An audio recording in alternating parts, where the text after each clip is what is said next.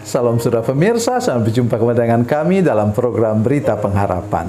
Saudara pemirsa, saya mengajak kita hari ini untuk merenungkan sesuatu yang mungkin tidak biasa kita dengar. Bahwa kalau kita menyalahgunakan berkat Tuhan, ada batasnya. Ya, Tuhan tidak mau lagi berkati kita. Dan kalau kita menderita juga sama.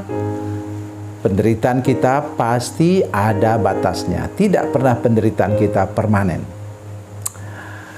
Mari kita berdoa sebelum kita lebih jauh dengan firman Tuhan ini.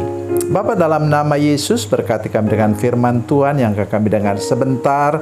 Beri kami pengertian yang dalam akan firman Tuhan, supaya kami menanggapi kehidupan ini, apa kami senang atau susah, apa kami sukacita atau menderita dalam hidup ini, kami tahu bahwa Tuhan ada batasnya untuk kami. Terima kasih Bapa di surga. Dalam nama Yesus, haleluya, amin. Saudara pemirsa, mari kita membaca Alkitab kita dari Lukas pasal 16. Lukas pasal 16 ayat 23, ayat 22 dan 23. Ayat 22 dan 23 demikian bunyi firman Tuhan. Kemudian matilah orang miskin itu, lalu dibawa oleh malaikat-malaikat ke pangkuan Abraham. Orang kaya itu juga mati, lalu dikubur. Dan sementara ia menderita sengsara di alam maut, ia memandang ke atas dan dari jauh dilihatnya Abraham dan Lazarus duduk di pangkuannya. Amin.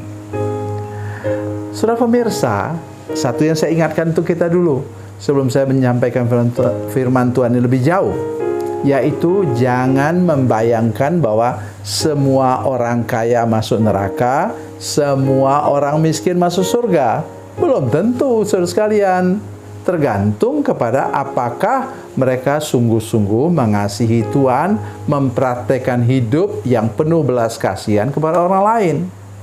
Ya, kalau dia orang miskin misalnya, dia miskin karena dia berbuat dosa, itu lain lagi ceritanya. Seperti yang saya sudah sampaikan minggu yang lalu. Jadi sekarang saya mengajak kita bersama-sama memperhatikan firman Tuhan ini. Orang kaya itu selalu berpakaian jubah ungu dan kain halus, dan setiap hari ia bersukaria dalam kemewahan. Jubah ungu itu dipakai oleh kaum apa? Bangsawan. Jadi orang ini benar-benar kaya raya, tetapi juga dia bangsawan. Posisinya posisi yang tinggi. Coba saudara bayangkan. Tetapi hidupnya sedikit pun tidak punya belas kasihan. Saya bayangkan begini saudara sekalian. Apa sih susahnya dia buat sesuatu? Mungkin kamar ukuran 3x3. Di situ terus antar setiap pagi, siang atau malam, antar roti dan air minum. Kan dia tidak rugi sama sekali.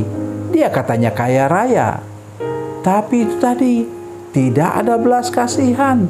Lazarus yang miskin dan sakit itu sampai dijilat oleh anjing borok-boroknya.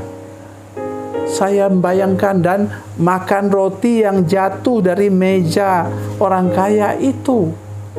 Dia bukan kasih roti yang utuh, yang bagus, kasih makanan yang enak.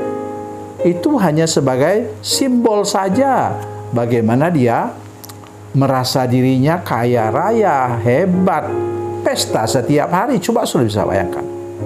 Itu yang pertama saya lihat. Jadi hidup kita ini harus dikelola dengan baik.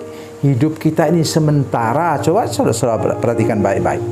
Di sini katanya, kemudian matilah orang miskin itu. Ayat 23, orang kaya itu juga mati. Pesan saya kepada kita semua sekarang, ya, tidak usah nunggu tua kayak saya. Tapi mari kita jaga rekam jejak hidup kita. Jangan pernah sekalipun kita mengabaikan orang lain. Kalau kita melihat ada orang yang perlu kita bantu, siapapun dia. Jadi itu yang sangat perlu kita perhatikan. Jangan sampai kita lengah, jangan sampai kita mengabaikan sikap seperti itu. Berbuat baiklah kepada semua orang. Nanti sebentar, silahkan saudara baca nanti Matius pasal 25 ayat 35 dan 36. Di sana Yesus mengidentifikasikannya mengidentifikasikan dirinya dengan orang miskin, orang terlantar, orang terbuang, orang yang terpenjara. Jadi mari kita berhati-hati kalau kita melihat di sekitar kita ada orang yang mengalami pergumulan dan kesulitan hidup. Boleh jadi Tuhan mau menguji kita supaya kita membuktikan diri. Jangan tunggu kaya baru kita berbuat baik. Sekarang juga kita bisa berbuat baik. Kalau saudara masih bisa makan, itu sudah anugerah Tuhan. Jadi mari tolong perhatikan ini, jangan sampai kita seperti orang kaya yang tidak mau peduli kepada orang lain. Katanya, matilah orang miskin itu lalu dibawa oleh malaikat ke pangkuan Abraham. Saya percaya benar ini menunjukkan indikasi bahwa orang ini menderita sejak bayi. Sudah menderita sejak bayi.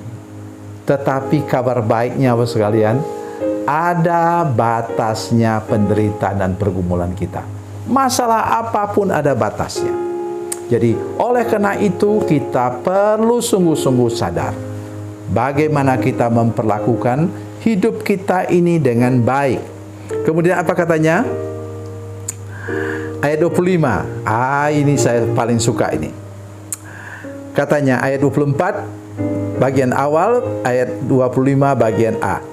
Lalu ia berseru katanya, Bapa Abraham. Jadi dia ini memang keturunan orang percaya seharusnya. Nah, apa balasan Abraham? Tapi Abraham berkata, anak, ingatlah.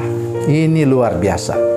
Jadi dia itu sudah tahu berbuat baik. Dia sudah tahu hukum kasih. Jadi dia sudah tahu sekalian. Tapi dia tidak mau melakukannya. Itu sebabnya dia masuk neraka. Jadi berhati-hati kita. Tidak cukup kita hanya berlabel sebagai orang Kristen atau warga gereja.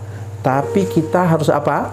Dengar firman Tuhan, percaya firman Tuhan, lakukan firman Tuhan, maka hidup kita akan diberkati oleh Tuhan.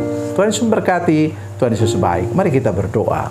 Bapa, dalam nama Yesus, terima kasih banyak untuk firman Tuhan yang baru kami dengar. Kami berdoa supaya Tuhan menolong semua pemirsa, sehingga sadar benar, sementara kami masih hidup, kami harus berbuat baik, karena kami sudah memiliki Yesus yang maha baik, yang selalu mau berbuat baik kepada kami semua.